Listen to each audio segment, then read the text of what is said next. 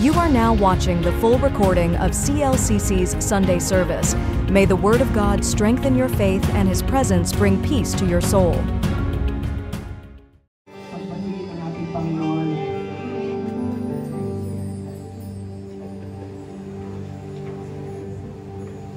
Amen. Hallelujah. God is inviting us, each one of us, ni-invite ng Lord to come and rest in His presence,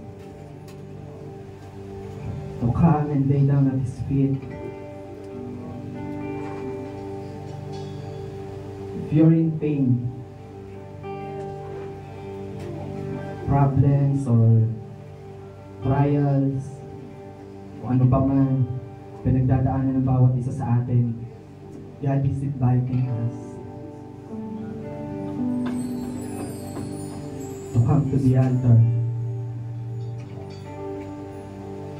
Because in our Heavenly Father's arm is wide open to embrace us. Hallelujah. Yes, Jesus. Thank you, Lord.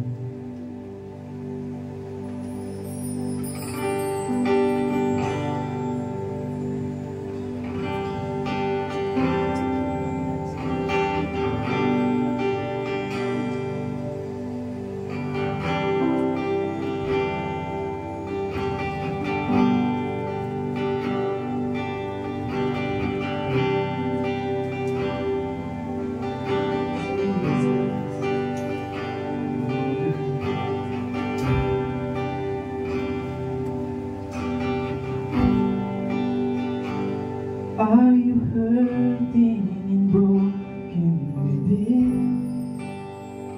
Overwhelmed by the weight of your sin? Jesus is calling.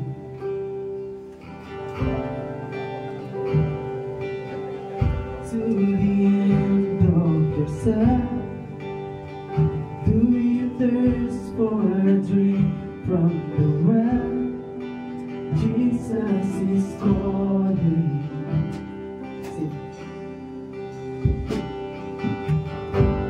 Oh, come to the altar. The Father's arms are open wide. Forgiveness was bought with the precious blood of Jesus Christ.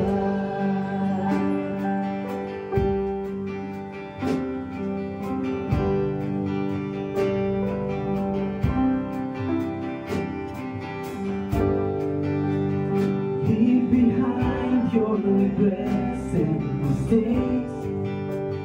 Come today, there's no reason to wait. Jesus is calling.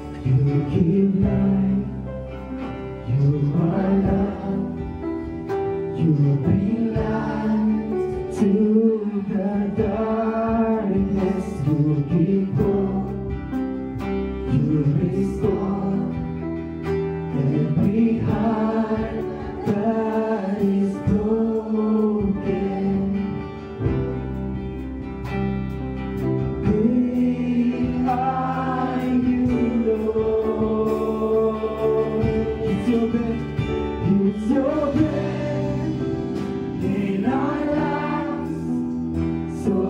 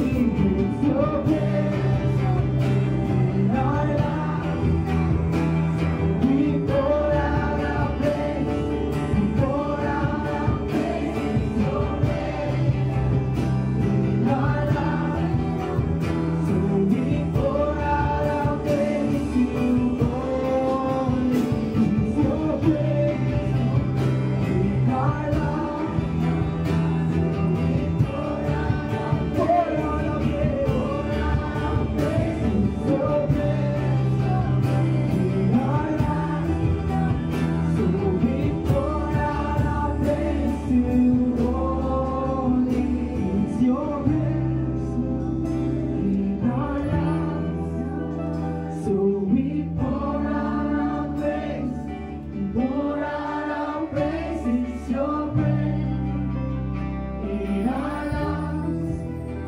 So we pour out our praise to you, oh, it's your breath in our lungs. So we pour out our praise, we pour out our praise. It's your breath in our lungs. So we pour out our praise to you, oh, it's your breath in our lungs.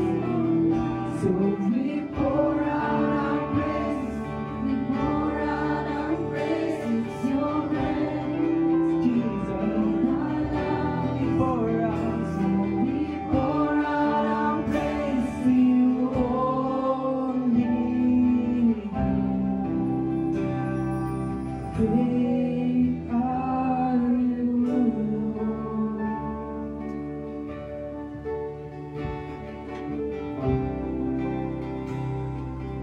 Great are you, Lord.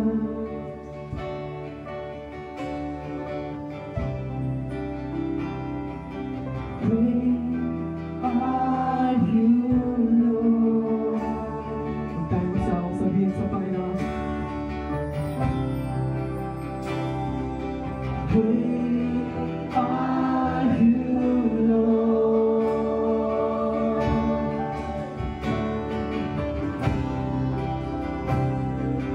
Great are you, Lord. Yes, you are good. Great are you,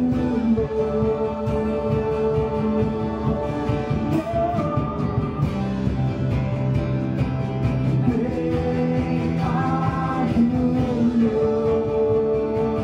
Great are you, Lord. Great are you, Lord. Great are you, Lord. Great are you, Lord. It's your breath in our lungs. So we pour out our praise, we pour out our praise. Yes, your breath in our lungs. So we pour out our praise to you only.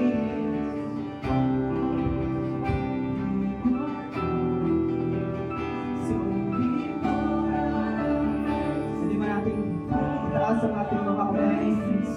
Itaas pa rin ang ating mga tinig sa Panginoon.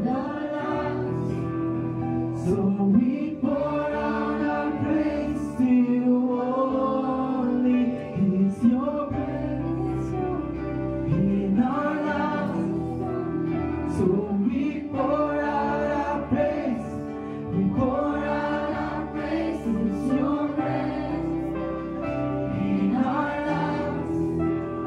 So we pour out our praise to you only. Great are you, Lord.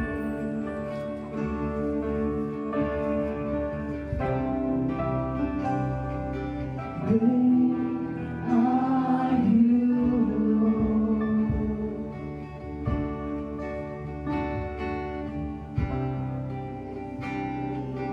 Great are you, Lord. Pakita ang Panginoon. Great are you, Lord. Yes,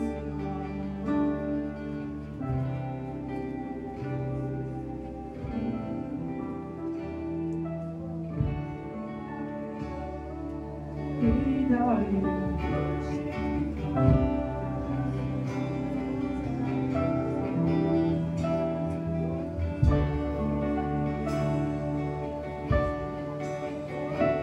Jesus.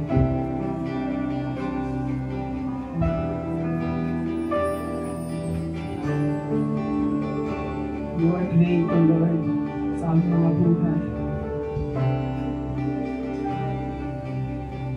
And each one of us, O God, will testify that you are great and you are good in our lives.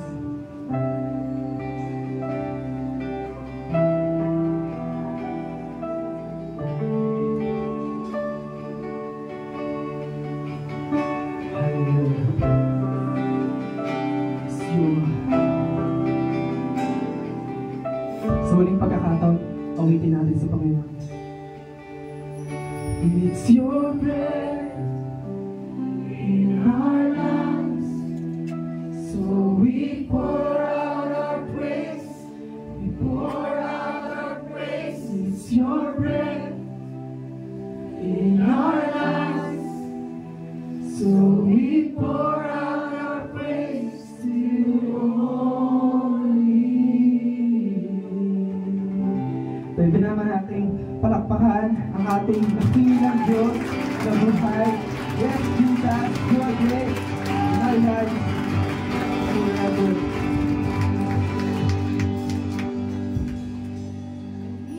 Amen. Amen. Yes, God. You are our Redeemer, O God. At sa mga oras po na ito, aawitan ka po namin aming dakilang manunubos. Amen? Malaya po tayo pumalakpak, sumayaw at dumalaw para sa Panginoon po ito. Amen?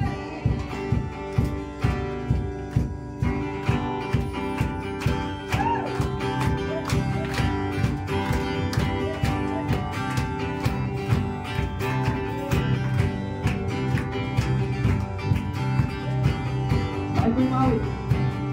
I know who rests in my soul. He's blind, the soul of sin. I believe,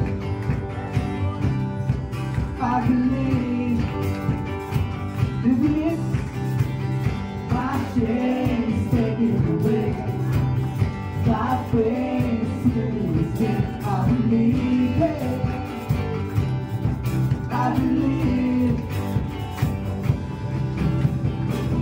I raise the fire.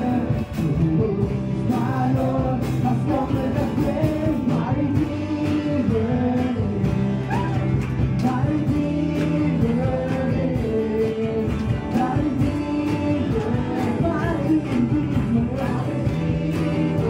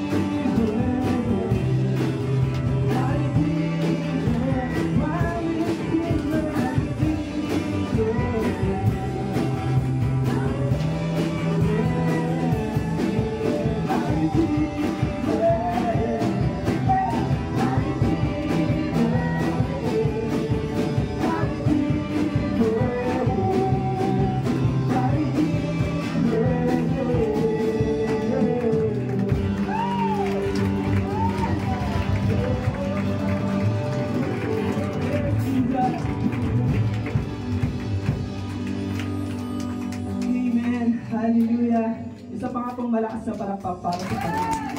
Yes, Lord. Ready na po tayo sa message ng Lord. Ako pa excited kasi ibahagi ito. Dahil ako din naman ay nakaranas ng ganito. May mabanggitin natin. At ako naman naniniwala makaka-relate kayo dito sa ating talakayan. Pinamagatan nga itong ano. Basahin niya po natin lahat. Ready, go! Isa pang pagkakataon. Tayo muna yung humingi ng guidance sa Lord. Tayo po natin pumipit. Father God, Lord Jesus Christ, Holy Spirit, God who created the heaven and earth, and all His host. Lord, we glorify You. Hallowed be Your name. Purihin ka, Panginoon, luwalhati sa iyong pangalan. Salamat dahil dinala mo po kami lahat dito. Dinako mo po kami sa lugar na ito upang ikaw ay sambahin muli. Tunay nga, Panginoon, na nakikita mo ang bawat sa puso sa amin, naganda ang bawat isa sa kanilang mga sarili. Hindi lang pagdamit, O God, pati yung kanilang espiritu at kaluluwa ay inihanda nila para ikaw ay sambahin. Kasi yun ang gusto mo, Panginoon, na masamba ka sa espiritu at katotohanan. Tulungan mo po kami sa aming pakikinig. Bigyan mo kami, Lord, ng pangunawa. Tulungan mo po kami, Lord, na maunawaan ang mensahe mo at ma-i-apply po namin ito bilang isang anak mo, isang Kristiyano, O God, at tagasunod mo, Panginoon sa Kristo, bilang isang servant mo. Lord, patawarin niyo po kami bawat sa po sa amin kung kami nagkamali, nagkasala sa iyo. Ang karamihan ng aming puso, Panginoon, ay patawarin mo, kahabagan mo. Linisin mo po ito ng iyong banal na dugo. Ikaw ang maging sentro na ito. At sa lugar na ito, banal na Espiritu, lukuban mo po ito ng iyong presensya. Ikaw po ang manguna. Ikaw po ang mahayag, O God. At dalangin po namin, Panginoon, na sa salita mo ay mag-bless kami nito. Mag-minister to, Lord, in living ways. At mapapurihan ka sa aming pakikinig. Sa pangalan ko ng Ama, ng Anak, at Espiritu Santo. Amen. Amen. Sabi sa ating title, isa pang pagkakataon. Now, lahat mo tayo ng mga tao, totoo po yun, na nagkakasala tayo lahat. Kahit papa-Kristiyano o hindi. Kung agree kayo doon, salamat. Kasi ako, pinaniwala ko na lahat ng tao ay nagkakamali. Maging pastor, maging leader ng simbahan, nagkakamali. At humihiling ng isa pang pagkakataon, second chance sa English. Second time o second chance. Kasi yung binibigay sa ating mga tsansa ng Panginoon, bawat araw, no, na tayo ay mabago ng kanyang mga salita.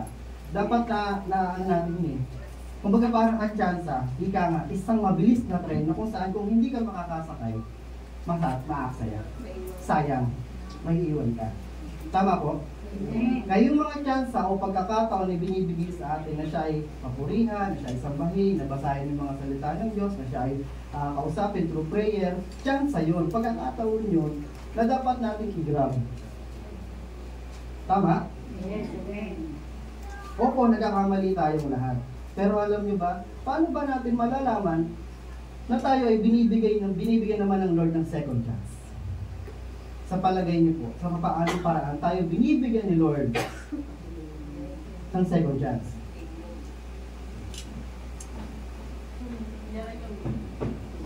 How can we be sure that God will give us a second chance when we need one? Diba? Pababawi ko muna. Minsan may mga mag-asawa na malapit at munti ka na talagang maghiwalay. Totoo yun. Pero nabibigyan ng pagkakataong muli. Kasi may mga mag-asawa na humihingi ng kapatawaran sa bawat isa. Tama? Sabi, Miss, tatuwarin mo na ako, hindi ko na uulitin. Tapos ito na mga asawa ang papatawad. Kaya binibigyan siya ng pangalawang pagkakataon. Tama po? Amen. Pero hindi lahat nagbibigay ng pangalawang pagkakataon. Yun ang nakakalungkot. Bakit hindi siya nagbibigay ng pangalawang pagkakataon? Kasi sobrang siyang nasaktan, kasi sobrang siyang galit, kaya hindi siya marunong magbigay ng pangalawang pagkakataon. Pero ang Panginoon, mga kapatid, lagi siya nagbibigay ng second chance. He is a God of a second chance. Bakit natin hindi binibigyan ng tao ng pangalawang pagkakataon? Bakit hindi natin pinapatawad ang iba? Kasi meron niyang kanta niyan eh. Kay rami nang ano yung kasunod yun? Winasak na tahanan kay rami nang matang pinaluha. Kaya hindi natin mabigyan sa second chance. Kasi grabe naman itong taong to. Minahal kita ng lubos. Hindi ko sila ang lahat. Tapos nung nagkasala yung tao, yan siya pinatawad. Hindi natin pinigyan ng second chance. Pero kuya, nagbibigay ako second chance. Hindi lang second chance, third time, fourth time. Sabi nga ni Peter, Lord, ilang beses ko mapapatawarin yung tao? Ito po ba? Sabi ng Panginoon ilan? Itong ulit pa nito. Kasi si Lord, nagbigay ng pagpatawad sa bawat isa sa atin. Alam natin yung mga Kristiyano, nakaranas tayo ng pagpatawad. Tama ba? At sa ganon, tayo din naman ay marunong din magpatawad sa ibang tao na kakasala sa atin. Mapaasawa man yan, maanak man yan, o mga kapitbahay man yan, o kaibigan man yan. Amen po? Ang tanong dyan, paano nga ba natin malalaman? Paano natin ma-sure na ang Panginoon nagbibigay ng second chance sa bawat isa? Alam niyo yung salitang bukas o tomorrow? Binibigyan tayo ng second chance ng Panginoon sa pamamagitan ng paggising niya sa iyo kinabukasan. So yun sa yung katabisan, pasalamat ka. Buhay ka pa. Kasi binibigyan tayo ng second chance ng Lord. So pamamagitan ng bukas na sa ganon, oh anak, pwede ka pang magbago. Pwede ka pang magbalik loob. Diba? May bagong umaga, bagong pagkakataon. Amen po? Eh lahat naman binibigyan ng Lord ng pagkakataon. Mapakasyano o hindi. Sumisikat ang araw sa ating lahat. Diba? Sabi pa dito, a second chance isn't about erasing the past. Opo, hindi naman natin mababago ang past. Hindi natin mabubura yung kung ano yung nakalipas. Actually, hindi mo nga yan makakalimutan eh. Nakatatak na nga yan sa isipo mo kung ano yung past eh. Kung ano yung nangyari at ano yung ginawa sa nakalipas. A second chance is about shaping the future with wiser hands. Ano yung ibig sabihin? Dapat, sa pagharap mo sa kinabukasan, maging matalino ka naman. Diba? Yung pangalawang pagkakataon na binigay sa'yo, maging matalino ka sa pag-handle nito. Binigyan ka ng Lord ng pangalawang pagkakataon, ay ayusin na natin. Kasi baka mawala ng pagkakataon ang bawat isa. At pag-aaralan nga natin yung kwento ni Jonah. Alam na natin yung kwento ni Jonah, maging bata man o matanda. Si Jonah, yung tumakas mula sa utos ng Lord, kasi sabi ng Lord sa kanya, pumunta ka ng Ninive, mangaral ka doon. Kasi, sagad na sa langit. Ano sa Tagalog nun? Suko na. Suko na sa langit ang kanilang kasamaan. So si Jonah, inutusan ng Lord na maghayag doon, magsermon doon sa isang bansa na napakalaki. Ang pangalan ay Ninive. Ano ginawa ni Jonah? Ang ginawa ni Jonah, tumakas siya sa utos ng Lord. At tumungo doon sa papuntang Tarsis. So sa Joppa, pumunta siya sa Joppa muna, tumuha ng bangka doon, at papunta yung barko na yan papunta sa Tarsis. Eh ang Lord, gusto ng Lord na bigyan ng second chance ang Ninive. Kahit nasagad na, kahit nasuko na sa langit ang kanilang kasamaan, gusto ng Lord bigyan to ng pagkakataon. Kaya inutusan niya si Jonah, isang propeta, isang mamamahayag. Kaya lang ayaw ni Jonah. Ano bang meron kay Jonah? Kasi nga, alam ni Jonah na yung Ninive o yung parte ng Assyria ay kaaway nila. At alam din ni Jonah kung gaano kasama ang mga taga-Ninive. Sa isip-isip niya, bakit pa pupunta doon? Bakit pa kailangan ni Lord? Gunawin na lang niya yun. Masakin na lang niya yun. Eh, mas marunong pa sa Diyos. Inutusan niya siya ng Lord. Pumunta ka sa Ninive, magpahayag ka doon, sabihin mo, mag-repent sila. Humingi ng tawad. Tapos, anong nangyari? Sa kalangitan ng kanyang paglalakbay sa barko, siya natutulog nga siya eh. Para pa sinasabi niya, aha, nakatakas na ako sa Lord, hindi mo na ako masusundan dito. Kaya pa siya natutulog. Di ba? Punta muna tayo dito sa Genesis 3:1. Kasi ito yung chapter, buong chapter po yan ng Jonah, chapter 3. Apat na chapter lang po yan, yung Jonah. Basahin niyo po yan muli sa inyong bahay. Tingnan niyo kung ano yung magiging revelation sa inyo ng Panginoon. Sabi ng Lord sa kanya, then the word of the Lord came to Jonah second time. Sa pangalawang ulit. Chapter 3 po yan. May pinagdaanan yan sa chapter 1 at sa chapter 2. Sabi ng chapter 1, ito yung chapter 10 binasa natin, ito yung chapter 1. Anong sabi sa chapter 1? The word of the Lord came to Jonah, son of Amittai. Sa verse 2 kasi ang sabi, go to the great city of Nineveh and preach against it, because its wickedness has come up before me. Ngayon, balik tayo sa chapter 3. Verse 2, ganun din ang sinabi. Go to the great city of Nineveh and I proclaim to it the message I give you. Parehas lang, di ba? So, binigyan ng pagkakataon si Jonah ng second time. Pero yung pagkakataon na yun, mga kapatid, hindi madali ang kanyang pinagdaanan. Alam naman natin, nung sa chapter 1, tumakas siya, kung nasa lugar pa siya ng Joppa, naglalaya, papuntang Tarsis, ano ang dumating? Bagyo. The Lord sent a great wind on the sea and such a violent storm arose. Habang natutulog si Jonah, yung mga tripulante sa taas, sa attic, nakakaranas ng matinding hangin, bagyo. Samantalang ginising pa nga siya ng kapitan, oy, tulog ka ng tulog, gumising ka, mag-pray ka sa Lord mo, baka sakaling patawarin tayo at humupa yung bagyo.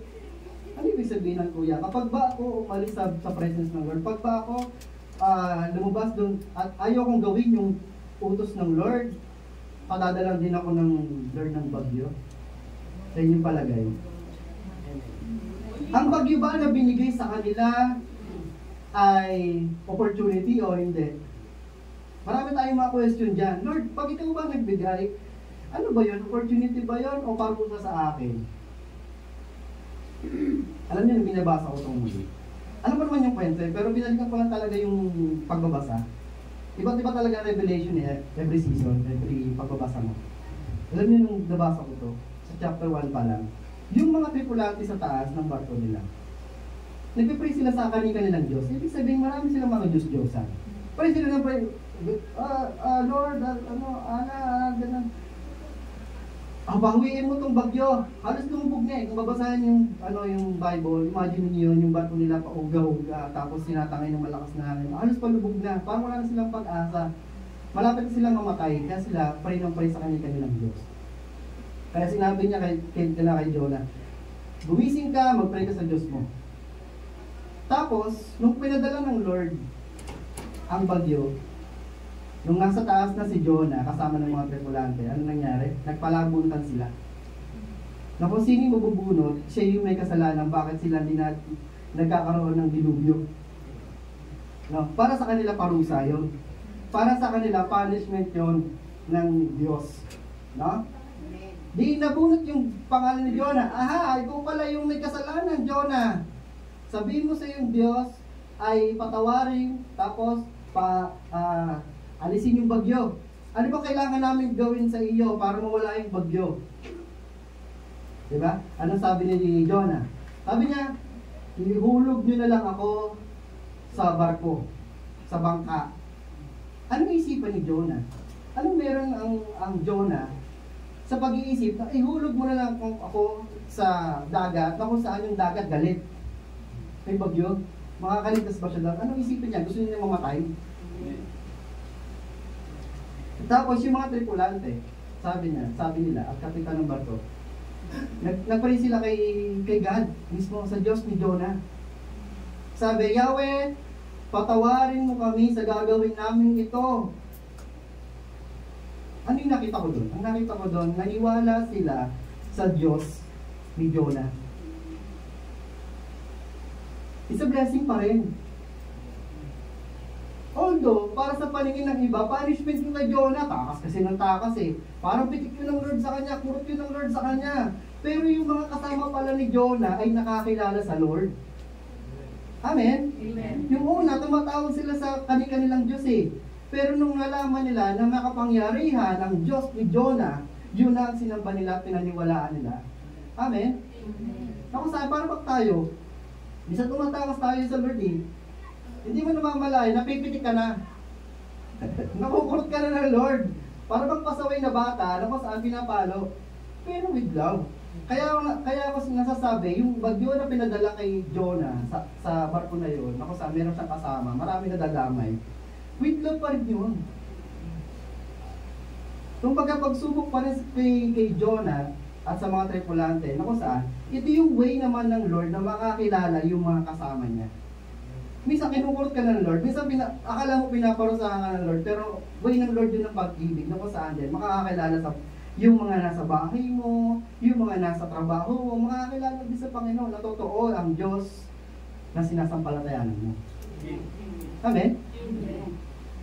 Minsan makita mo bagyo, bagyo, ang hirap niyan. Pero gawin mo opportunity yun. Tumakas ka eh. Sabi mo, tumakas ka eh. Huwag kang tatakas. So hindi lang bagyo ang nangyari. Ano pa? Sabi, nilamon siya ng malaking isda. Hindi isda lang huge fish. Nilagay ko lang dyan, butanding, ano tawag dyan, balyena. Pero malaking isda, hindi natin alam kung ano talaga yung isda ang lumamon sa kanya. Baka mamaya malaking tilapia, malaking dito, hindi natin alam. Basta malaki siya. Na lumamon kay Jonah, doon, di ba, nahinulog siya ng mga tripulante, so nakakilala na sa Panginoon yung mga nandun sa taas ng barko. Na-imagine niyo ba? Pumupa yung bagyo, so nakakilala sila, maaaring pinahayag nila na ang Diyos ni Jonah ay makapangyarihan na totoo pag nakarating sila sa Tarsis. Ito naman si Jonah, nandun na sa dagat, kunin muna ako, Lord. Diba?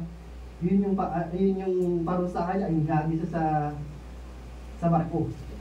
Ngayon, ang nangyari, nagpadala si God ng malaking isda. Tignan niyo yung sentence. Now the Lord provided. Nagpadala. Nagbigay ng malaking isda kay Jonah. Hindi submarine. Siguro naman kung may submarine ng panahon na yun, submarine na ipapadala. Di ba? Hindi kasi natin alam yung kaisipan ng Panginoon. Mas malawak ang kaisipan ng Panginoon. Hindi malaking isda. Naniniwala naman ako, hindi ang pusit. Malaking isda eh. Isda ba ang pusit? Bahala kayo dyan. So, malaking isda, nasa loob na siya ng tiyan. Ano ginagawa ni Jonah dun sa tiyan? Bigla siyang baka nalulunod na siya. Bigla siya nilangawan ng malaking isda. Andilan! Siyempre, wala ilaw dun. Andilan daw, as bigla siya nagkaroon ng oxygen. May hangin. Ang sarap dito. Alam, malansa. Di ba? Nasa loob na siya na tiyan. Ano ginagawa niya dun? Nagkukuyakoy? Nakaupo, natutulog? Naundod yung tulog ko doon, ginising ako kasi ng kapitan eh, tulog ko na lang ulit dito. So nandun sa malaking tiyan ng malaking isda for 3 days. Sabihin mo sa iyong katabi, 3 days. 3 araw. Anong ginagawa na doon? Tama ba ako, 3 days? Biglang nag-doubt 3 days yun. Anong ginagawa niyo doon? Ayun 3 araw sa verse 17 ng Jonah chapter 1. Nanatiling 3 araw o 3 gabi sa tiyan ng isda. Yung chapter 2 ng Jonah, doon yung makikita kung ano yung ginagawa ni Jonah. Doon sa loob ng malaking isda. Para bang sabihin, Sasabihin ng tao, ito ba ay parusa pa rin kay Jonah? O yan, takas ka ng takas ka. Pero kasi, kung titignan mo hindi pa naman nire-reveal kung anong mangyayari doon kay Jonah sa loob ng tiyan. Halimbawa, hindi mo pa nababasa yung chapter 3, chapter 4 ng Jonah. Halimbawa, ikaw si Jonah, kinain ka ng malaking, hindi kinain, nilamon. Pag kinain kasi may kagat yun, di ba? Siya walang galos, so nilamon. Nilunok. Ayan. Hindi natin alam kung ano magiging next na mangyayari sa kanya. Maaaring siya tutunawin ng acid doon sa loob ng tiyan. Tama? Tapos, 3 araw sinabi ng Lord, 3 araw ka dyan, pasaway ka, malagas ang buhok mo sa acid. Wala namang ganun eh. Kung mag-iisipin mo lang, lalaroin mo lang isipan mo, anong gagawin ni Jonah doon? Ano mangyayari sa kanya doon? 3 araw, walang pagkain, walang tubig. Siguro may tubig doon? Oo, may tubig doon. Try niya pumasok sa sa tiyan. So bali ganon, tinestingan mga kapatid ng mga eksperto. Yung mga naka-complete clear, tapos nagpalulong talaga sila sa sa balyena. So yung mga ganyan. Kung anong mangyayari, kung anong sitwasyon nila sa loob, yun. Tinesting nila yan. So gano'n lang ha. Kung baga parang parusa pa rin, yung malaking isda para kay Jonah, pero sabi ng Lord, ibinigay ko yan para sa'yo. Nang sa gano'n, maligtas ka sa galit ng dagat. Baga parang yan na magiging sasakyan mo. Diba? High-tech yung sasakyan ni Jonah. Isipin mo, si Lord talaga, ang amazing. Kasi yung himalang ginagawa niya sa buhay ng kanyang mga lingkod, hindi mo mawari. Bigla-bigla magpapadala ng malaking isda, di ba? Yung marok, masyadong malalim ang kaisipan ng Panginoon. So, di gano'n na nga. Sa chapter 2 ng Jonah, sabi, nang si Jonah ay nasa tiyan ng isda, nanalangin siya. So, nag-pray naman pala. Sabi, Yahweh, nang ako'y nasa kagipitan, nanalangin ako sa iyo at sinagot mo ako. Mula sa kadilimang walang katulad, ang dilim doon kasi. Sabi niya, ako'y tumawag sa iyo at dininig mo ako. Inihulog mo ako sa pusod ng dagat. Sinisipasigal. Sabi niya, wait lang ng kalimutan ng isip. Sabi niya, verse 8, inihulog mo ako sa pusod ng dagat. Napadpad ako sa laot ng karagatan at tatabunan ng malaking alon. Tula. Kailangan ko, sabi niya, sinabi ko, nalayo ako sa iyo, kailan ko kaya makikita muli ang banal mong templo? Hinigop ako ng kalaliman hanggang sa tuluyang lubog. Natabunan ako ng mga yagit.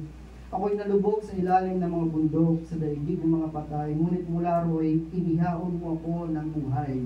O Yahweh, aking Diyos. Ito yung panalangin niya. Ang lalim din ang panalangin niya, di ba? Sabi, nang maramdaman kong mabubugto na ang aking hininga, naalala kita, Yahweh, ako'y dumaing. At narinig mo ako mula sa iyong banal na templo. Ang mga sumasamba sa Diyos-Diyosan ay hindi tapat sa iyo. Ngunit, nagpapasalamat ako sa iyo sa aking mga awit. Ako'y naghahandog sa iyo. Tutuparin ko ang aking mga pangako sa iyo. O Yahweh, tanging tagapagligtas. Verse 10. Narinig ni Lord yung prayer ni Jonah. Sabi sa verse 10, kinausap ni Yahweh ang isda, at si Jonas ay niluwa nito sa dalampasigan. 3 araw, 3 gabi siyang nananalangin. Kung maaaring hindi lang din yung panalangin niya, kasi ang bilis lang natin binasa, ilang minuto lang natin binasa, right? Pero siya, 3 araw, 3 gabi nananalangin. At kinausap ng Lord yung malaking isda. Aba, nakakaintindi rin pala yung malaking isda. Nakakaintindi rin pala yung mga hayop. Yung mga alaga kaya, tama? Try nyo mag-alaga ng malaking isda. Kaya good boy kasi yan. Good boy yung malaking isda. Nakakatuwa naman yung mga hayop, meron din palang pangunawa. Kaya tayo naaaliw din sa kanila. Balik tayo dito kay Jonah. At kay Gisa, sa Yahweh. Sabi yan, inuusap niya yung malaking isda, sabi, iluwa mo na, time's up na, baka matunaw naman si Jonah, iluwa mo na. Imagine niyo paano magluwa ang balyena. Di ba meron, balyena to yung sinabi ko yan, no? Malaking isda. pwedeng iluwa niya doon sa butas sa, imagine niyo ba yun? Pwede niyang iluwa sa pamamagitan ng pagsuka. Pwede rin naman sa kabila. Itinahe. Kasagawa naman, di ba? Ano? Pero basta sabi, iluwa mo na si Jonah. Inuluwa nito sa dalampasigan, naayatin pa nga. Papunta dapat Tarsis, inatid ng balena doon kasi sa Ninive. Dito na tayo sa chapter 3, napakahaba ng chapter 2. Ay, yung verse kasi natin nandoon, sabi, sa verse 1 ng chapter 3, sabi dyan, sa ibang translation, arise, go to Nineveh, the great city, and called out against it the message I tell you. Sabi pa sa, ito yung gagamitin nating verse. Get up, basahin natin lahat. Ready, go? Get up and go to Nineveh, that great city, and declare against it the proclamation that I am commanding you. Sa Tagalog kasi, basahin ko sa Tagalog, sinabi uli ni Yahweh kay Jonas, verse 1 yon. Sinabi uli ni Yahweh kay Jonas. Para bang hindi mo makikita yung salita na get up and go to Nineveh. Kasi sabi lang niya, sinabi uli ni Yahweh kay Jonas. Verse 2, pumunta ka sa lungsod ng Nineveh. Yun na, pumunta ka. Sabi siya katabi, pumunta ka. Pero dito, ihibayin natin yung get up and go. Nakaranas ba si Jonah second time? Second chance? Yes! Sa palagay nyo, ano mangyari sa kwento? A-accept-bahin niya yung second chance? Dapat hindi na. Kasi yung second chance ay muling pagkakataon na gawin natin yung tama. Amen? May mga karakter naman din sa Bible na hindi lang si Jonah ang nakaranas ng second chance. Isa-isahin natin. Una dyan kasi si Moises, pero banggitin ko muna si Abraham. Si Abraham, nagkaroon siya ng second chance kasi ano nangyari sa kanya? Nagsinungaling siya. Nagsinungaling si Abraham. Sabi mo siya katabi, nagsinungaling. O diba para bang ang bigat sa paningin ng Lord, yung ganyan. Kasi bakit? Si Abraham, nagsinungaling sa pinuno ng Egypto na ang sabi, kapatid niya yung kanyang asawa. Sa kadahilanan, dahil natatakot siya na siya ay patayin. Kasi sobrang ganda ni Sarah. Kaya sinabi niya yun, kapatid ko lamang si Sarah. So yun. Pangalawa, ayan, una nating point dito sa PowerPoint, Moises. Si Moises, the leader who lost his temper. Ano ba nangyari kay Moises? Di ba? Hindi niya sinuot ang pagiging prinsipe ng Egypto, kundi namuhay siya parang isang Hebreo. Na kung saan nakita niya yung isang Hebreo na inaalipin at ginugulpe, binubuli ng Egyptyo. At ano nangyari? Nagalit siya at pinatay niya ang Egyptyo. Murderer. Pero nakaranas ng second chance. For 40 years, tinawag siya ng Panginoon. After 40 years, bumalik ka sa Egyptyo. At ito ang pinag-uutos ko. Palayain mo ang mga Israelita sa kamay ng Egypto. Kung saan siya nagkamali, doon din siya babalik. At itatama ang kanyang pagkakamali. Si David, the king who committed adultery, a man after his own heart. Kilala natin si David, isang magiting na lingkod ng Diyos. Sumulat ng maraming aklat sa aklat ng mga awit. Anong ginawa niya? Committed adultery. Hindi lang yun, murderer. Kung naalala niyo si Bathsheba, yun ang kanyang naging kasalanan. Kinuha niya si Bathsheba na kung saan meron namang asawa, si Urias. Na si Urias naman ay pinadala ni David sa harapan ng mga kawal, sa harapan ng gera kung saan mas prone siya sa kamatayan. Yun ang ginawa niya. Pinagtakpan niya ang kanyang kasalanan ng isa pang kasalanan. Pangatlo, si Samson, the strong man who lost his way. Dahil din sa babae kay Delilah. So, pero sa dulo ng kanyang buhay, Ay muli siyang humingi sa Panginoon ng isa pang pagkakataon. Lord, ibalik mo ang aking lakas. Kasi nakatali niya siya sa magkabilang pader eh. Nang sa ganun mailigtas ko ang iyong bayan. Binalik naman ng Panginoon. Kasi may purpose siya. So bumalik ang lakas ni Samson at yun ang nangyari. Naguho ang templo at maraming namatay na mga kaaway nila. Pang-apat dyan, si Peter, the disciple who denied Jesus Christ. Dininay niya ang Panginoon na kung saan kasama niya for 3 years and a half. Itinuring siyang kaibigan, itinuring siyang kapamilya. Pero pagdating ng persecution ni Jesus Christ, nung iaalay na siya doon sa cross, papatay na siya, tinatanong siya ng mga tao sa paligid niya, di ba tagapaglingkod ka at sumusunod ka kay Jesus Christ? Sabi ni Peter, hindi. Di ba ito yung nakita ko, nakasama ng leader mo na si Jesus Christ? Sabi niya, hindi ko po kilala yan. Sabi pa sa pangatlo, text man, mamatay man. Saksi ko ang langit, hindi ko kilala yan. Grabe yung ginawa ni Peter. Na kung saan, kung tayo yung si Jesus Christ, hindi natin mapapatawad yung tao. Hindi ka kinilala sa mabubuting mong bagay na ginawa. Hindi na nga nagkasala sa iyo, hindi ka na nga nagkasala sa kanya, tinanggi ka pa, inaway ka pa, binala ka pa sa Facebook, bago ka i-block, siniraan ka pa. Hindi natin masisisi yung mga ganun tao. Pero ikaw naman na Kristiyano, nasa sa iyo ang desisyon eh. Choices mo yun eh. Kung papatawarin mo ba ang tao, bibigyan mo ng pangalawang pagkakataon. Ngayon, paano mo malalaman kung siya talaga yung nagsisisi na? Pag lumapit siya sa'yo, sis, Brad, patawarin mo ko sa ginawa ko. Pangako, hindi na mauulit. Yun yung gusto nating marinig eh. Pangako, hindi na mauulit. Eh, paano kung maulit? Paano kung paulit-ulit? Di ba? Alam niyo po ako po, bago pumunta tayo sa panglima, hindi naman ako good boy eh. Mukha lang akong good boy. Binuhat eh. Kaya kuya, buhatin mo sarili mo. Di totoo po yun, hindi po ako good boy. Kahit naman umaattend na ako ng Bible study dati, noon po ito kwento ko lang sa inyo. Girlfriend ko na si Jackie. Nasilaw din ako eh. Ay, kawawa naman na. I-reveal ko pa. Pero ano yun, nakalipas na kasi.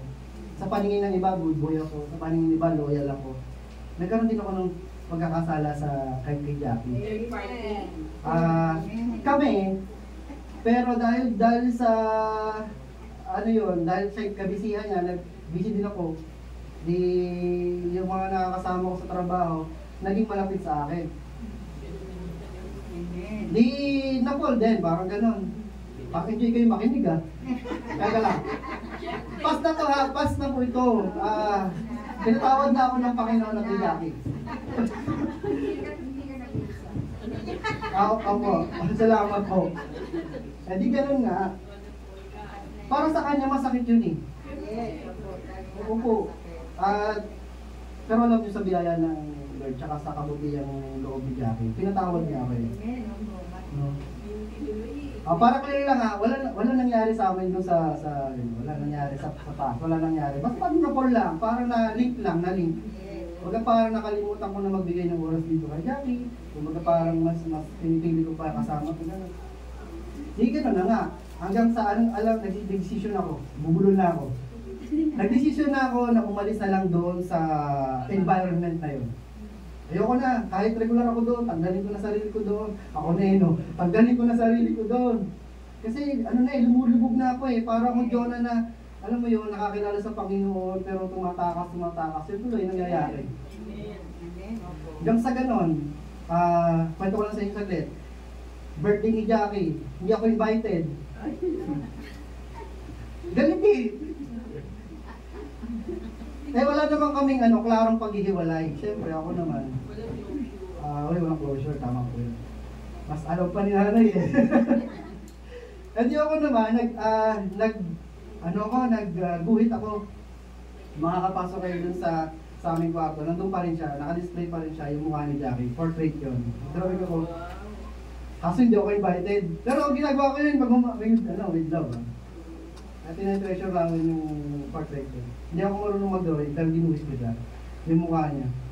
Tapos, pumunta ako sa bahay doon, sa De La Paz, sa bahay pa nila. Gulat nasa loob si Jackie. Tapos sinext ko lang.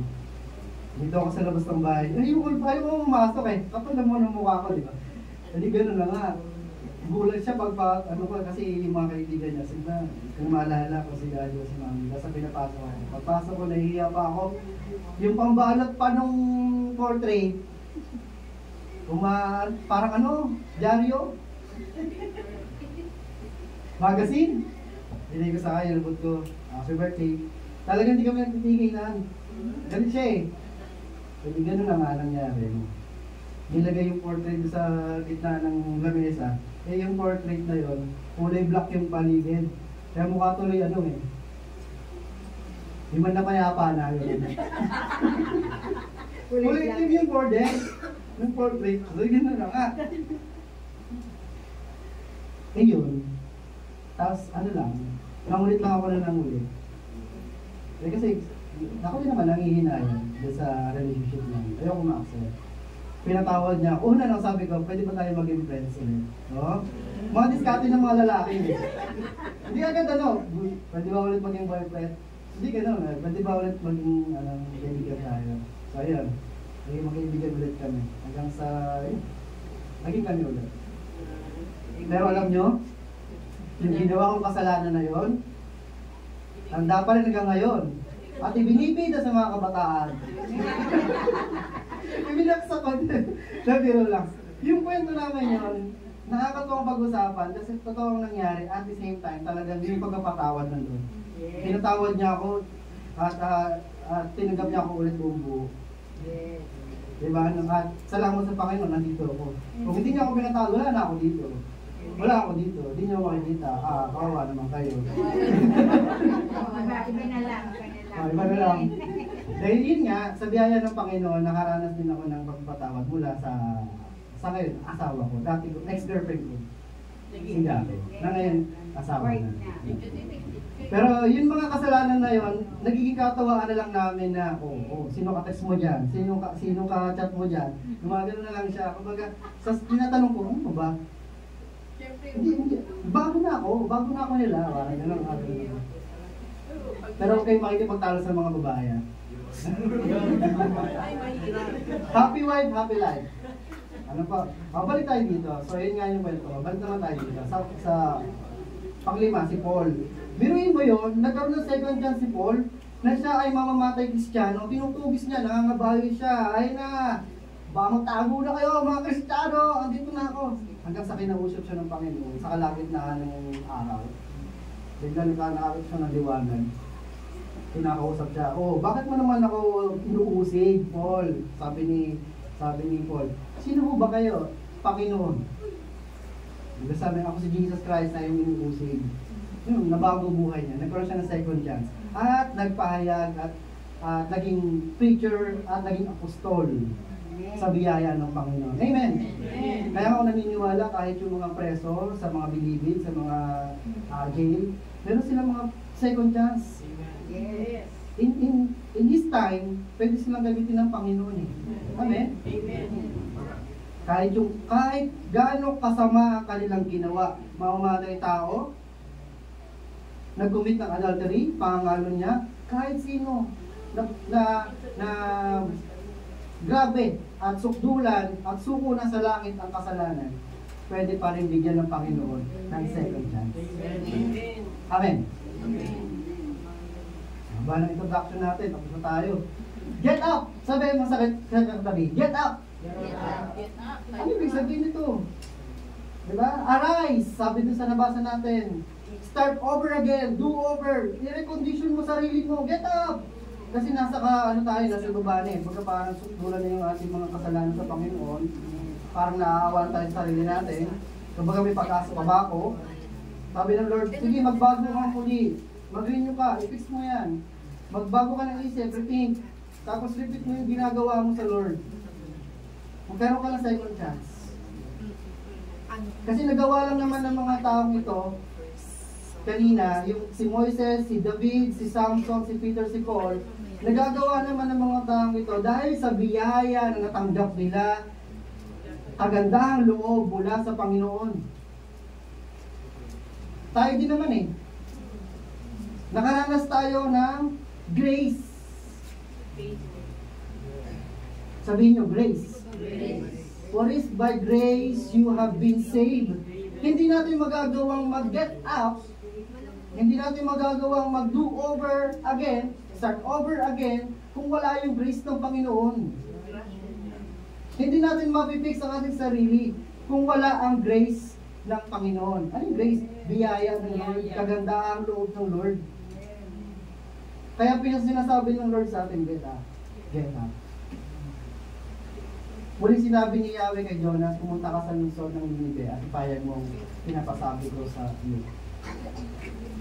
Sabi niya, ayun o. Verse 2, get up and go to Ninive. Sa Tagalog natin basahin. Verse 3, nagpunta nga si Jonas sa Ninive. So wala na siyang atrasan. Hindi na siya makakapagtakbo, makapagtago sa Lord. Kaya nangyari sa verse 3, nagpunta nga si Jonas sa Ninive. Malaki ang lungsod na ito, aabutin ng 3 araw kung ito'y lalakarin. Napakalaki. So 3 days pa rin siya maglalakad. 3 days nga siya nandun sa isda, sa malaking isda. 3 days pa rin siya maglalakad. Ano kaya nasa isipan ni Jonah, no? Siya'y pumasok sa lungsod, pagkaraan ng maghapong paglalakad, malakas niyang ipinahayag. Nandun siya sa city. Sabi niya, anong sabi? Gugunawin ang Ninive pagkaraan ng 40 araw. 40 days, for 40 days. Naniwala ang mga taga-roon sa pahayag na ito mula sa Diyos, kaya nag-ayuno silang lahat. At nagdamit ng pangluksa bilang tanda ng lubos na pagsisisi at pagtalikod sa kanilang mga kasalanan. So yun yung pinahayag niya. Gugunawin ang Ninive pagkaraan ng 40 araw. Meron na lang kayong 40 days para lalalabing araw nyo, gugunawin na ang lugar ninyo. Yun yung sinabi ni Jonah. Kumbaga parang winarningan ang Ninive. Tayo.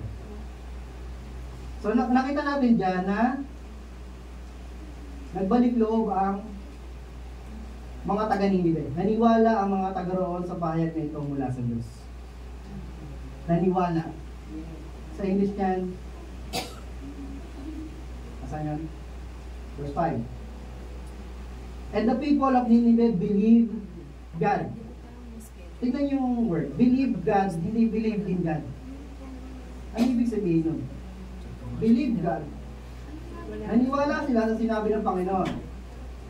Believe in God, naniniwala sila sa Diyos. Tama po ba? Anong ginawa ng mga taga-Ninive noong naniwala sila sa sinabi ng Diyos?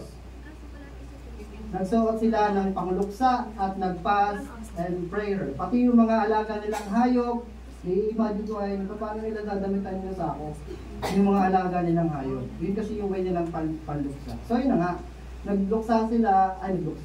nagdamit sila ng pangluksa at nag-fast and prayer sila for 40 days, umaasa na baka sakali maawa ang Diyos sa kanila. Eh kung hindi ginawa ni Jonah yung proclamation na yun, meron ba silang kaalam-alam na bubunawin na ang kanilang lugar for 40 days? Wala. Kaya napakahalaga nung task ni Jonah. Iba-iba ang task natin, mga kapatid. Sabi mo sa'yo katabi, may iba kang task.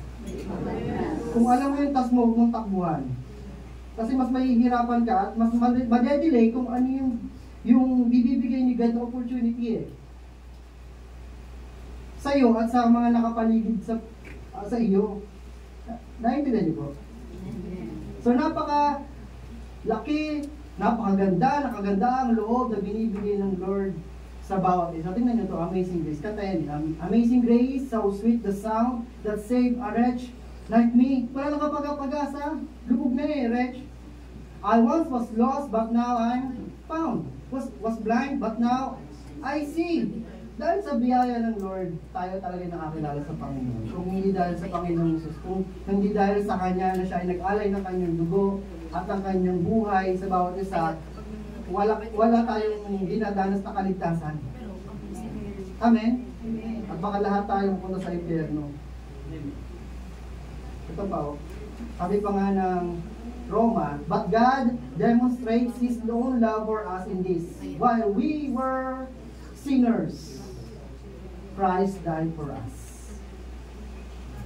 Oo, ang kasalanan na nagpapahiwalay sa atin sa Diyos, pero dahil sa kagandaang loob niya ay binigay ng Ama ang anak upang sa ating mga kasalanan ay matubos tayo sa pamamagitan ng kanyang pagkapako sa krus, mamatay at muling mabuhay. Ngayon, ang magandang balita para sa atin. Kasi kung babasahin yung 1 Corinthians 1 verse 18, kamangmangan sa mga mapapahamak ang alin, ang kamatayan ni Kristo.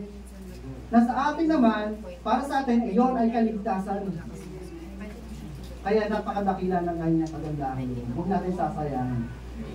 Huwag natin sasayangin. Sa Tagalog, sabi pa, pero ipinakita ng Diyos sa atin ang kanyang pag-ibig sa ganitong paraan. Kahit noong tayo ay makasalanan pa, hindi malinis, hindi nagpapakabait, sabi, nung tayo ay makasalanan pa, ano nangyari? Namatay si Kristo para sa atin. Namatay si Kristo para sa iyo at sa akin. Binibigyan tayo ng second chance araw-araw para tayo mabago, para mapaniwalaan natin ang kanyang mga salita, nang sa ganun matransform tayo in His way, not our way. Kahit nga si Pablo, sabi niya, gusto kong bumait, pero di ko magawa. Ang hirap eh. Tignan mo muna katabi mo, mabait ba? Mabait yan, kuya. Ang gigil niya ako sa kabaitan niya eh. Ayan. Sumunod kanina, get up. Ngayon naman, go. Sabi siya katabi, go. Ang ibig sabihin pag go? Move. Advance. Proceed. Huwag kang manatili dyan. Nakatayo ka na eh. Huwag kang manatili dyan. Kasi pag manatili ka dyan, lagi mong titignan kung ano ka noon. Diba? Nire-refer ka ng Panginoon. So make attempt. Try. Ulit. Go. Kaya sabi, verse 6, nang mabalitaan ito ng hari ng Ninive, bumaba siya sa kanyang trono. Nagubad ng balaban. Nagdamit ng pangluksa at naupo sa apo.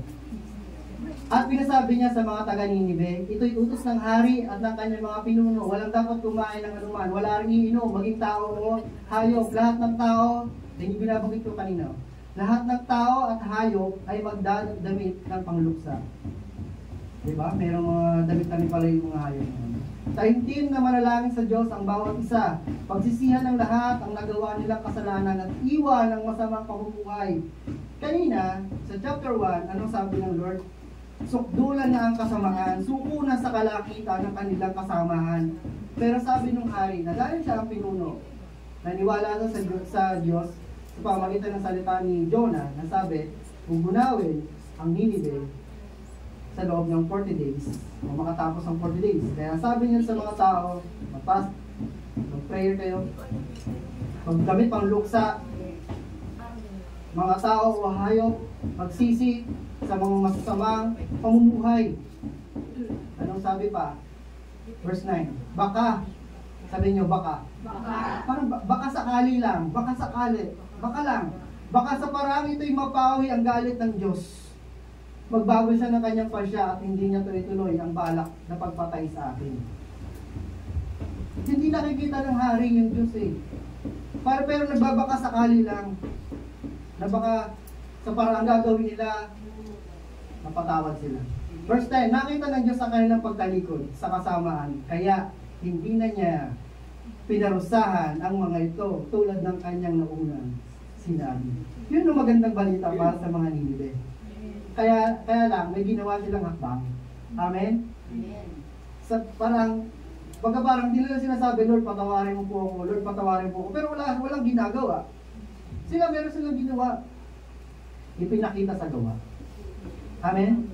So, ganoon din naman sa mga mag-asawa. Sige, hindi mo na uulitin. Sige lang, patawarin kita, pero Ipakita mo. Diba? Ipakita mo magbabago ka. Ipakita mo yung pangako mo na hindi mo na uulitin. Sa mga kaibigan, ganun din naman eh. Yan. Yung verse 9, makikita nyo to.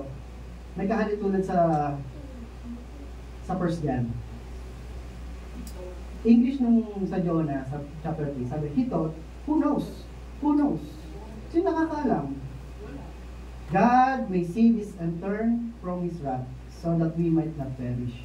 Sabi ng 1 John, if we confess our sins, He is faithful and just to forgive our sins and to cleanse us from all unrighteousness. Kung sasabihin natin ang ating mga kasalanan, kung ipapayag natin ang ating mga kasalanan sa Kanya, siya ay tapat at nagpapatawad sa ating mga kasalanan. Lilinisin tayo sa lahat ng ating karumihan. Ganon kadakila ang Panginoon. Ganon ang Kanyang biyaya na kahit paulit-ulit tayo nagkakasala, paulit-ulit natin ginagawa yung kasalanan na yun, nandiyan pa rin siya. Nagpapatawad. Sabi ng story dun sa father, yung two sons, alam niyo yung parable, na ginawa rin hakbang yung bunso. Napag-isip-isip niya na mali yung kanyang ginawa at nagbigay siya sa sarili niya ng sasabihin niya sa kanyang ama. Nasasabihin niya, nagkasala ako sa Diyos at sa iyo, Ama, patawarin mo ako at gawin mo na lamang akong alitin mo. Huwag mo na ako ituring na anak. Humukbang siya. Pero nakita natin yung ama, talagang niyakap siya. Pinatawad siya ng buo, tinanggap siya ng buo. Amen. Amen.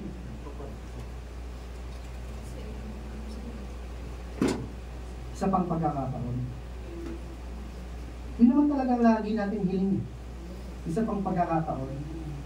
Hindi tayo perfecto. At kung may perfecto man dito, di ba? Hindi nagkakasala. Aba, pwede na siyang ialay sa krus. Pero sabi nga ng Bible, nasa process tayo ng perfection. Opo, hindi tayo perfecto, pero nasa process ng perfection. Nilalakaran natin ng perfection. Kasi nga, si God, nagkatawang tao, si Jesus. Ngayon, pinakita niya kung paano talaga ang isang likas. Na dapat, yun yung ginagawa, yung nature ng tao na ginagawa din ng ating lahat. Na lumalayo tayo sa pagkakasala. Sa una ka lang naman yan pasasarapin eh. Sa una ka lang naman yan paliligayahin yung mga kasalanan. Pero pagdating ng panahon, lalamunin ka niyan eh. Lahat ng pagsisisi, lagi niya ibibilad sa iyo eh. Ibabalaan sa iyo eh. Hanggang sa lumubog ka na. Ang sabi ng Lord, get up and go. Kaya mo yan. Hindi ka nag-iisa. Lahat tayo nagkakasala. At kailangan natin ng habag ng Panginoon. Walang mabait, pero pinapaging bait dahil sa kagandahang loob ng Diyos. Tayo lahat ay pumikit. Hiling ka sa Lord ng isa pang pagkakataon. Nagkasala ka kanina, kahapon, nung isang araw, nung isang linggo, gano'n man ito kabigat, hihingi mo ng tawad sa Lord. Maaaring pwede natin sabihin, Lord, hindi ko na uulitin. Paano kung maulit? Paano kung paulit-ulit? Pero alam mo yung good news? Si God, na kahit nasa dako tayo ng pagkakasala, nakaready na yung pagpapatawad. Nandun na yung forgiveness. Hindi niya hinahayaan tayo na malubog sa guilt. Hindi niya tayo hinahayaan na bumagsak. Doon sa kaisipan natin, wala na akong pag-asa.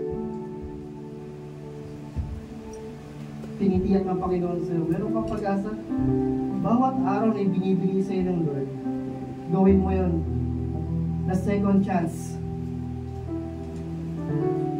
Na kung saan mababago mo rin ang sarili mo. Sa tulong ng Panginoon. Kasi hindi naman natin kaya baguhin talaga ang sarili. Kung hindi lang dahil sa kagandang loob ng Diyos. Pupurihin ka, Lord, hati sa iyong pangalan, Lord. Salamat, Panginoong Kristo. Dahil ikaw na Diyos, inubad mo ang iyong pagka-Diyos at nagkatawang tao para maipakita yung pag-ibig sa amin na kung saan inialay mo ang sarili para sa katubusan ng aming mga kasalanan. At dapat kami naroon sa krus. Pero dahil sa habag at awa mo, nakita mo na kami na talaga papalayo na sa iyo, Lord, na kahit mahirap, gaano ka kalupit, at sinabi mo pa nga, Panginoong Jesus, sa iyong prayer, na kung maaari lang, ialis na sa akin yung pag-iingat ng dadaasin ko. Pero sabi mo, ang kalooban ng Ama ang mangyari. Thank you, Jesus. Thank you, God. Hindi ka umakan, hindi ka umatras. Nilaban mo kami. Pinagtagumpayan mo ang kamatayan at ang aming mga kasalanan. Ito ay nabuhay na muli at umaasa. Ako ikaw ay aming tatanggapin at ikaw ay sambahin ay makakaranas kami ng panibagong buhay muli, Panginoon. At kaligtasan doon sa kalangit. Thank you, Jesus. Thank you, Lord God, dahil patuloy na mo kami pinapatawad. Every minute, every day of our lives, nagkakamali kami. Andiyan nakaabang yung isa pang pagkakataon. Thank you, God. Thank you, Jesus. Salamat sa iyong kabag. Salamat sa iyong biyay. Salamat kasi hindi mo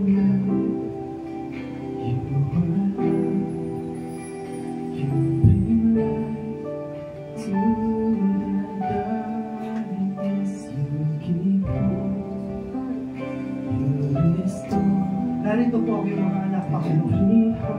Nagsusumamo sila. Pumiling na kapatawaran. Higin mo po sila. Higin mo kami.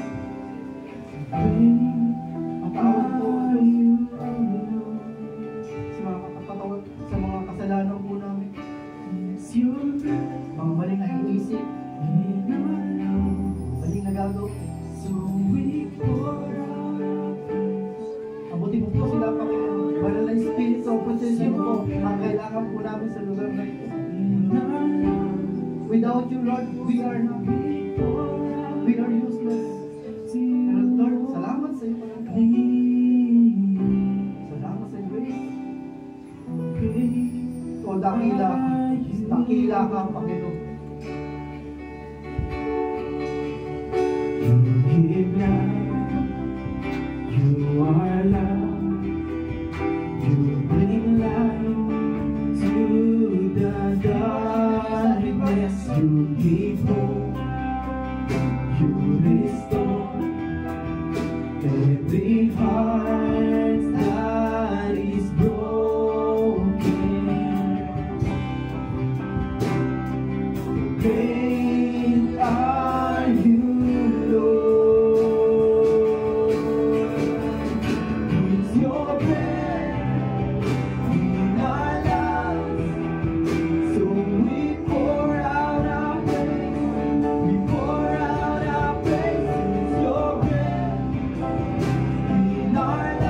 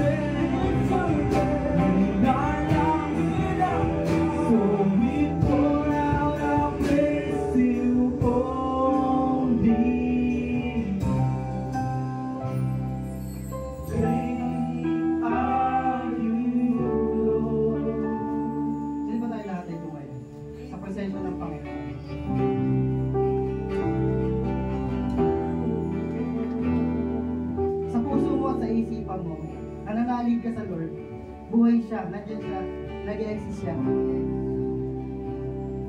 Yung Diyos na kinikilala natin, mapagmahal, mapagunawa, pero pwede siya magalit sa pagtakas ng ating mga task, sa pagtakbo ko palayo sa Kanya. Pero nakita natin kung paano si Jonah nakaranas ng mga ganong senaryo, bagyo, isda, pero gamitin mo yung opportunity. Hindi sumpa, hindi parusa. Maaaring iba yung experience mo. Pero yun, kasama rin nagalit ng Panginoon. May kasama pagmamahal yun. Tinuturing tayo na anak ng Diyos. Tumatakas tayo, bakit? Kasi baka hindi ko kaya. Tumatakas tayo, bakit? Kasi may galit sa puso. Tumatakas tayo, bakit? Kasi naiiya. Matulong ka sa Panginoon. Magkalila ko siya. Sa naman malaya natin paggawa kung ano yung pangkulit natin. Kasi mayroon may mga tao na nakatingin lamang sa iyo. Tumitingin sila na kung totoo ba talaga yung Diyos na sinasampalatayanan mo. Ako ikaw yung kikilos, ako ay kikilos, tayo ay gagalaw. Makakaasa tayo na sila man din ay mababago. Hindi dahil sa ating kakayanan, hindi dahil nainhayag ng Panginoon kung sino siya sa pamamagitan ng ating mga kilos. O purihin ka, luwalhati sa iyong pangalan. Salamat din po, O Diyos, sa mga kapatawaran sa aming mga kasalanan. Hindi matatawaran ng ihabag. Napakadakila ng iyong kagandahang loob sa amin. Thank you God kasi araw-araw mong pinaparanas ko sa amin at sa aming mga anak at sa pamilya, sa kapatid, sa mga kaibigan. Thank you God kasi nariyan ka lagi para magpatawad. Inihaon kami Lord sa pagdudusa sa aming mga kasalanan. Binayaran mo na to ng iyong banal na dugo. Linisin mo ang aming pagkatao, ang aming katawan. Hindi na po ito amin, ito ay iyon na. Katulungan mo po kami, Panginoon, na magampanan po namin ng maayos ang isa pang pagkakataon lagi. Bawat pagkakataon ay binibigay niyo po sa amin. Thank you God, thank you Jesus. Pwede ba natin awitan ng Panginoon? With all your heart, with all your mind, with all your strength. Kung wala isa. You give life, you are love. You bring light to the darkness. You give hope. You restore every heart that is broken. Great are you, Lord. It's your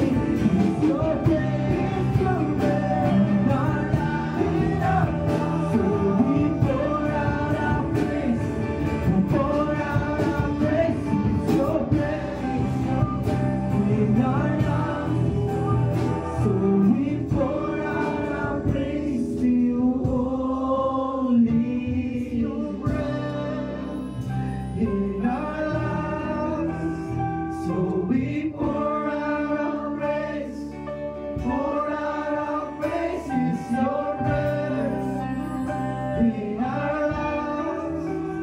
So we pour out our praise to you only. Great are you, Lord. Sorry, pag-alala. It's your breath in our lives, so we pour out our praise, pour out our praise. It's your breath in our lives, so we pour out our praise to you only. Great are you, Lord. Yes, Jesus. Yes, Lord. Great are you, Lord. Nakila ka, Panginoon. Wala ko sa iyo. Pupurihin ka ng pangalan. Great are you, Lord. Nasa langit, nasa lupa, nasa ibabangin. Nasa kailaliman ng lupa. Great are you,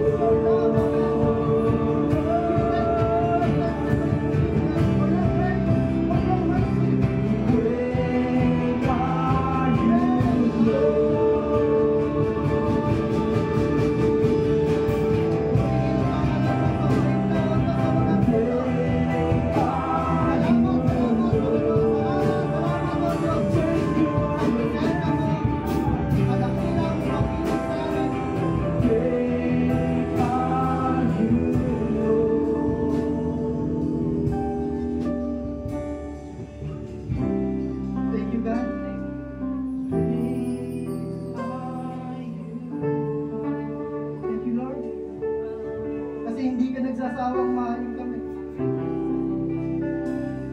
Hindi ka nagsasawang ibigin kami. Hindi ka nagsasawang patawarin kami. Kahit ano pa yung aming mga nagagawang kasalanan. Kahit paulit-ulit. Thank you God. Thank you Lord sa biyaya mo. Thank you God sa kagandahan Lord mo. At bilang tao, bilang inalam mo, nagbibigay ka ng halimbawa sa amin. Paano kami magpapatawad din sa mga nagkakasala sa amin. Turuan mo kami, Lord, ang espiritu na magpapatawad. Puso na handang tumanggap muli. Pero sa second chance na ibibigay po namin, Lord, maging matalino din kami.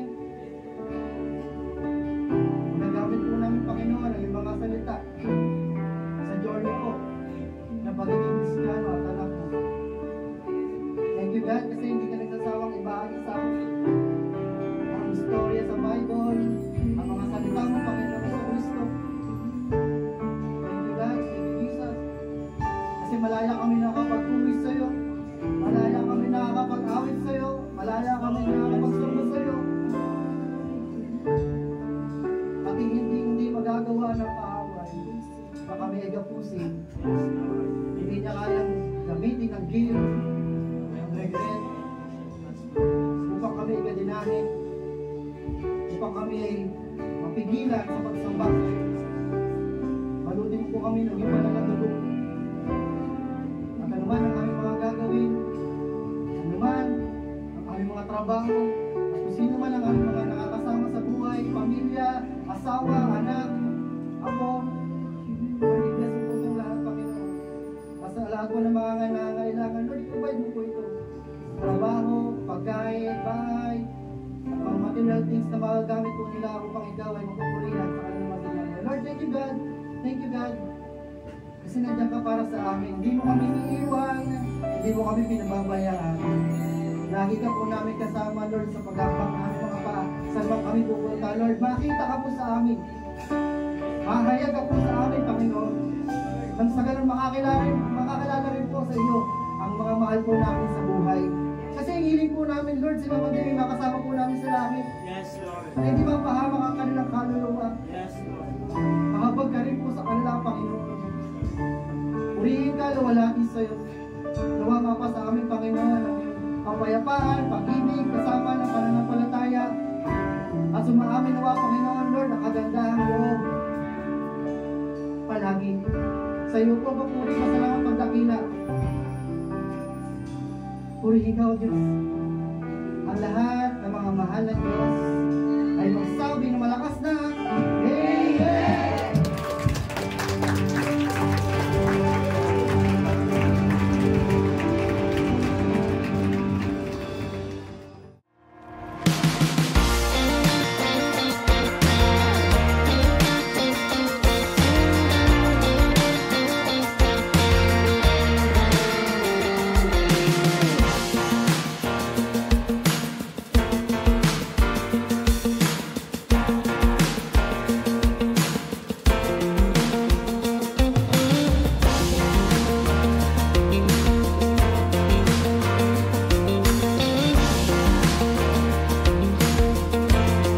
Let's take a few moments to stay connected with what God is doing in and through our church family. Please tune in to these important announcements, opportunities to grow, serve, and fellowship together. Join us for morning devotion every Monday to Saturday from 5 a.m. to 7 a.m. live on our CLCC Facebook group. Come early, come expectant, and begin your day with the Word, worship, and a fresh encounter with the Lord. Let's grow together in faith, one morning at a time. We also invite you to a special time of seeking God together. Join us every Friday night from 7 p.m. to 8:30 p.m. for our prayer and Thanksgiving gathering. It's a sacred space to pour out our hearts, lift up our needs, and give thanks for all He has done. Come expectant. Breakthrough happens when we pray. And for our young champions, don't forget Amazing Kids, happening every Saturday from 9 a.m. to 11 a.m. right here at CLCC. It's a fun, faith-filled time designed especially for children ages 6 to 12, with Bible stories, songs, games, and lessons that build strong foundations in Christ. Your kids will love it. We'd love to see you again next Sunday. Join us for our Sunday services here at CLCC. We have 2 worship services every week. First service starts at 8 a.m. and second service at 10 a.m. Come early, come expectant, and bring someone with you. There's always a seat for you in God's house.